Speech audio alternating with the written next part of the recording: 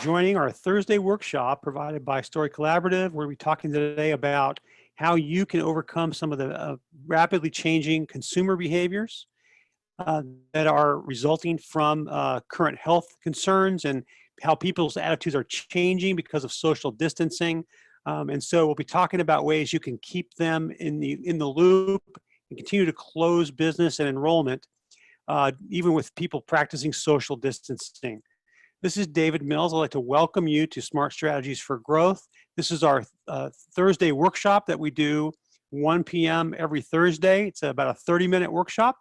And we're going to be talking about some practical tips that we can use to help you, even though people are changing their behaviors. If you're just now joining, my name is David Mills. I'm the professor at Story Collaborative, and I'm pleased that you're with us today.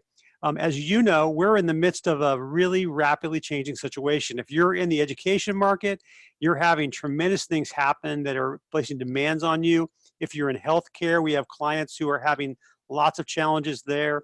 But what's happening for those who are responsible to change or to help people to make decisions for enrollment and sales is that they're being impacted by this whole idea of social distancing. If you're practicing social distancing and the event hasn't been canceled, then people are going to be more, they're going to be unlikely to show up for tours and open houses. So what do we do about closing business when we rely upon in-person visits to close that business? We'll be talking about that today. I'd like to welcome you to this, and I will make the slides available to you after we're done today, and you'll be able to view them later. Once again, my name is David Mills. If you're just now joining, I'm going to actually share my screen so we can talk through a few items. If you have a question, there is a place where you can chat, and I'd be happy to answer questions. That chat bar should be on the bottom of your screen on Zoom. I'd be happy to respond to questions. But the truth is, we are in a really challenging situation. And I think we've never seen this kind of a advance notice or concern around a disease progression like we have today. And people were already changing. So let's talk in some detail about what to do to keep your sales going, especially if you were relying upon in-person methods to close and help people get commitments.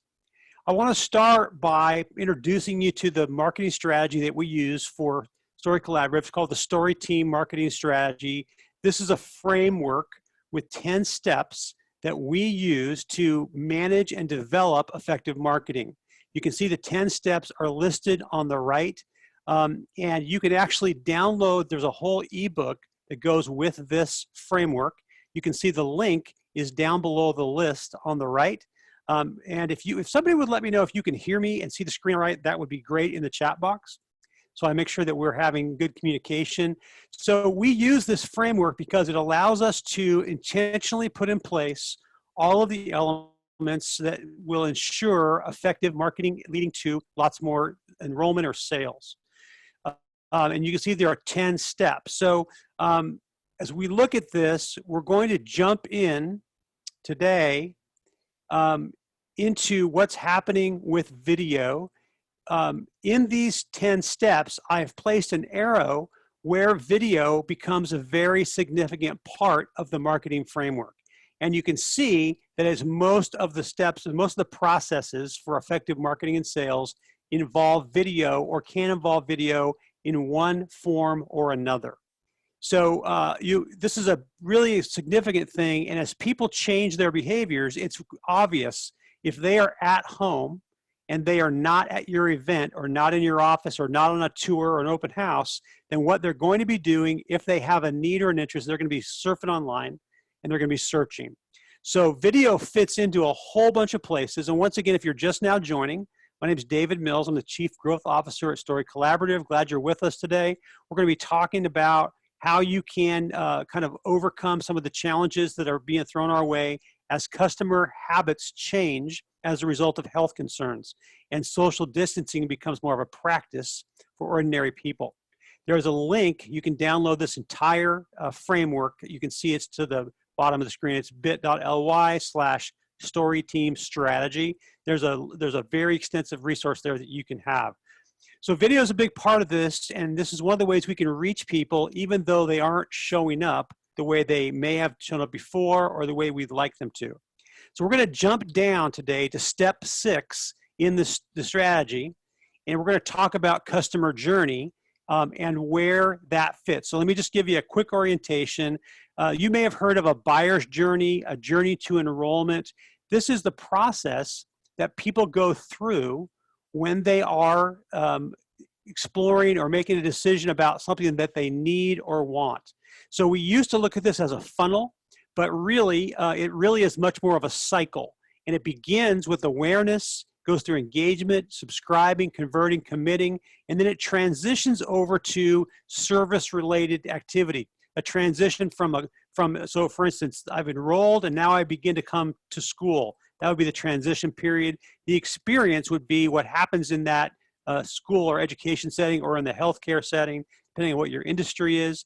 But this cycle is the customer journey. At Story Collaborative, we call this the story canvas. And we use this canvas to manage all kinds of things, everything from content to tracking of our campaigns. And it allows us to see where people are in their cycle of becoming aware of us, become committed to us, and then eventually we hope they become a promoter of our organization. So let's think about this journey, this story canvas that's found in step 6 of our strategy as it relates to what's happening now with people's behavior that's changing from showing up to not showing up. I don't know about you, but my email today was full of cancellations. Cancellations of events, cancellations of trainings, cancellations of conferences. So we can only assume, and we don't know what's going to happen with this whole health concern, where it's going to eventually go. But one thing that is certain is that what was happening before is going to happen more when it comes to digital. So as we think about this, the way that change occurs when it comes to the way people use video, and we've been on a track for video for a long time when it comes to communicating with consumers, but what determines how fast something changes is the level of comfort and expectation for all phases of the customer journey. So the more comfortable someone is with a new technology, the faster they're going to adopt it. And so people that put out technology call this a technology adoption curve. And there are early adopters, there are late adopters. And so what's been happening for some time is we've had people becoming more and more comfortable with video. You can see that in your own life, the way you use video on your mobile device, the way you watch video, the way you look for instructions on how to plant a tree or fix a car is on videos. So we've been on this track for a while, but we're now in a situation where this is going to accelerate again because of what's happening with all the health concerns. So here's what was already happening before we even got started with the current health stuff. Video has been exploding for a number of years. This little infographic is thanks to a company called the E-Word out of the UK. Their web address is there. And you can see just some basic stats about video in general. So video drives more traffic organically. Organic traffic is free traffic that you don't have to pay for in your ads. Video drives it 157% better than anything else. Video retains visitors better. The average website visitor spends 88% more time on a website with video. And we see this when we look at how long people are on websites. If there is video, the length of stay will be longer. And then also 71% video converts. So, you know, there's lots of stats out here on this, but I will tell you from our personal experience, when it comes to the way video converts, it converts in a manner that's far exceeding what you'll see in any other format. So as we look at what's happening with people, this idea of social distancing, events being canceled, how do we maintain our ability to get them to make a decision? And that's critical for many folks, depending on what your industry is. So we've talked about this.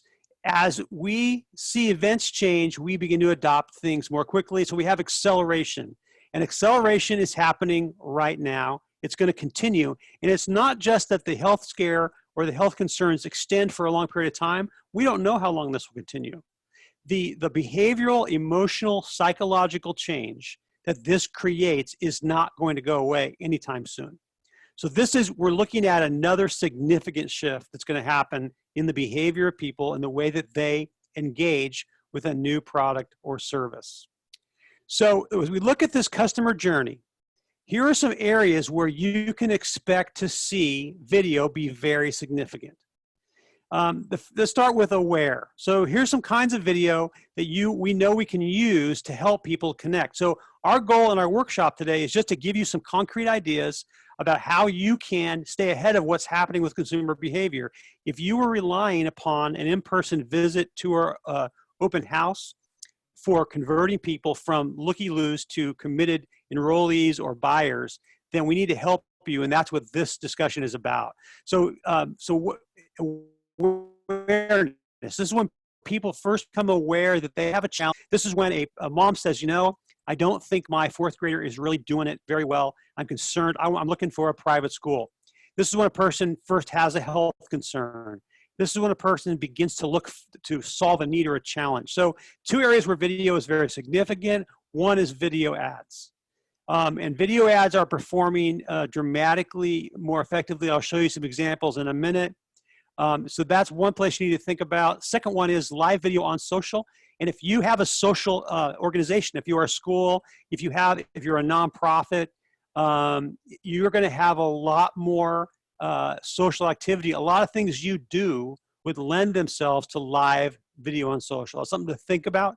I know that I was on the Story Collaborative Facebook Live today at noon, and we had, I think, 800 people who looked at our video online. That's a lot of folks looking at a live video. So that's all in the awareness phase. In the engage phase, the kinds of video you want to put out are thought leadership. So if you were a school, you might put a video out on how to help your children manage their screen time, how to help a reader that's not progressing very quickly in 3rd grade, how to get a high schooler ready for SATs or college, or practical tips that relate to any of the things that are in your client's interest. So this engages people, it draws them in, it tells them that you have something valuable to offer. Now, these same strategies would also work for written content, but they work well for video as well. Subscribe is the point where people are willing to give us their information. We can't follow up with them, we can't nurture them if we don't have some contact information for them. So this is when they give us their phone number, their email address, their Facebook Messenger connection. And we want them to subscribe so we can continue to educate them about what we do and how we might be able to help them. So in the subscribe phase, live events like webinars like the one you're on right now, you all had to give me your email address and you got an email confirmation to participate. So, and I promise I won't spam you, but this is a way that you can get people to subscribe. The second area under subscribe would be video meetings. So, and we'll talk about that more in a couple of slides down the road, but this would be when you actually meet with people over video. And I do that routinely. It works really well. It's much better than a phone call, but once again, it gets you into connection with them in a direct way. In the convert phase, we would think about video email. I'll show you some stats on that in a minute. That's including video in your email. And I would say that from a marketing sales perspective, video email is probably the most revolutionary thing that's happening right now in order to helping people to connect. And then also process videos. People want to know if they sign up if they submit an application, then what happens next? And a lot of times they will not fill out the application or sign up for whatever you're offering unless they know what the next 3 steps are. So give them process, explain it to them, and reduce the anxiety. That's what would be a process video. In the commit phase, once again, video email is going to work really well. And then also testimonials are very important here. And video testimonials are very powerful. And then transition. This person's already made a commitment, but we want their first day, their first experience to be very positive. This would be what to expect videos and welcome videos. And so these are all powerful ways to connect with people who are now becoming even more digital than they were last month as we see this trend accelerate over time. If you have a question, please just drop that into the chat pane and I'll try and answer it for you. So these are some areas where you could put video to use. We would use this this journey canvas, or we call it a story canvas. We would use this as a way of managing all the video that we were trying to create and put that together in a way that we could track and do a good job with. So here's a couple examples for you. So the example on the left is from my personal video email that I do. And so you may have gotten one of these from me, and hopefully you watched it.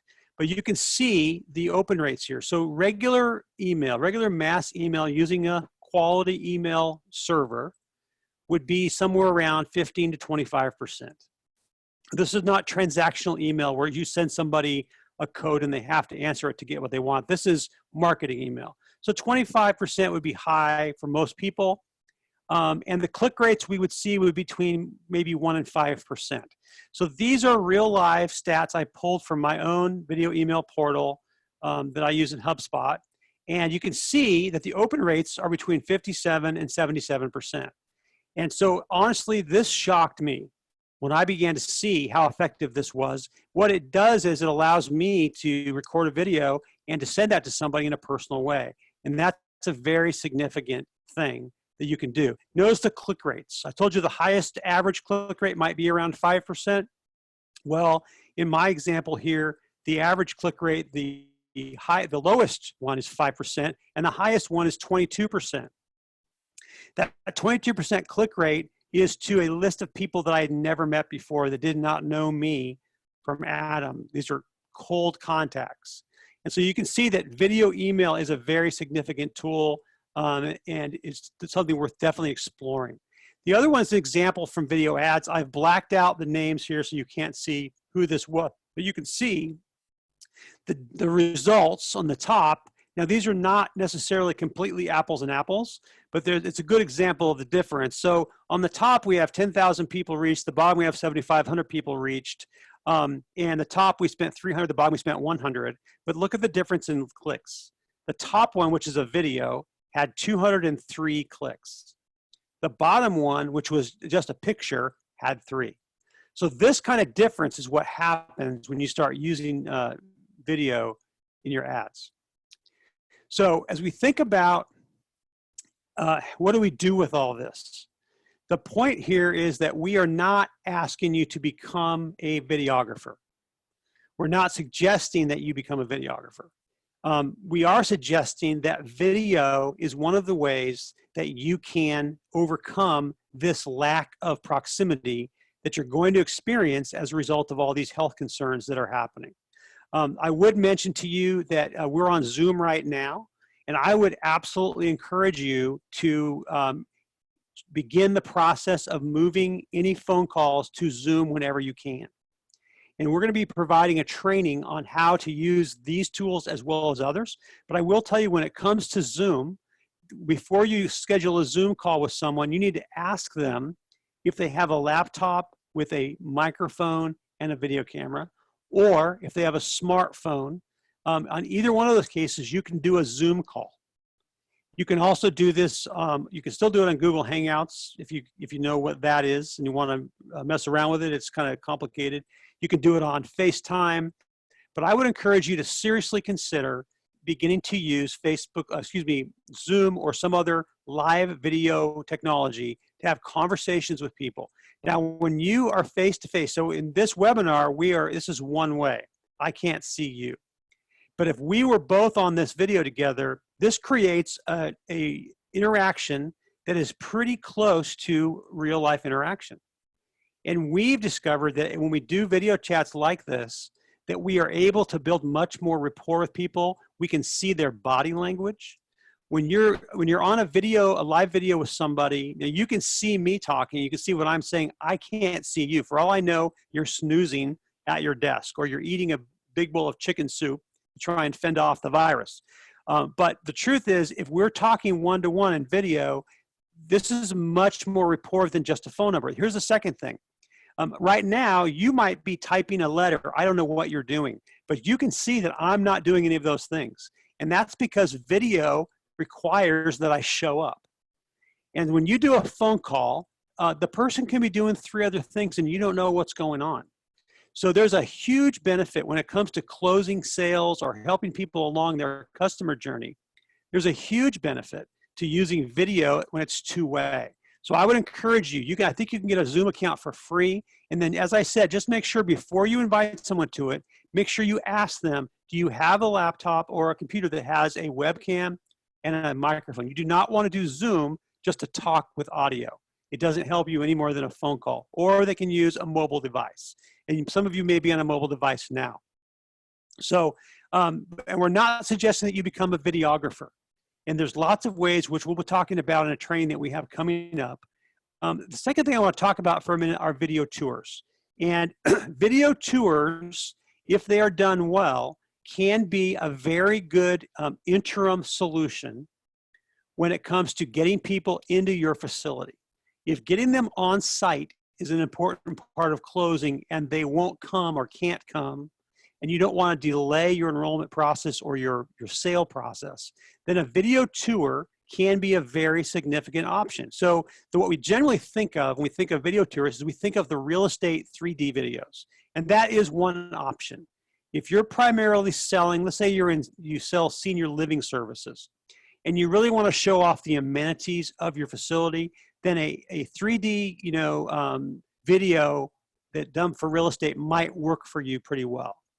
But I will say that if you have any social component, if you're inviting people to be part of a community, which is a much stronger position, if you want them to become a part of you and not just a renter with you, then you have to show people in a video tour. And that's a much different type of video activity. So video tours are a very significant way that you can help yourself to engage people. Now, just think about it this way.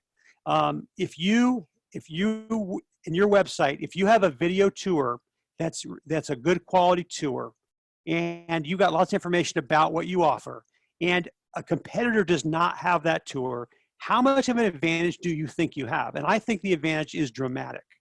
And I would say that video is moved from being something good to have to actually becoming a differentiator. Because when people are, so if you're in senior living right now, you might not even be able to invite a visitor into your facility. You might be in a lockdown mode. If you're in a school, it could be the same way. If you're in healthcare, people have to be screened before they walk in the door in many large institutions. So if you need to get people in your facility, a video tour is going to be a differentiator for you for sure.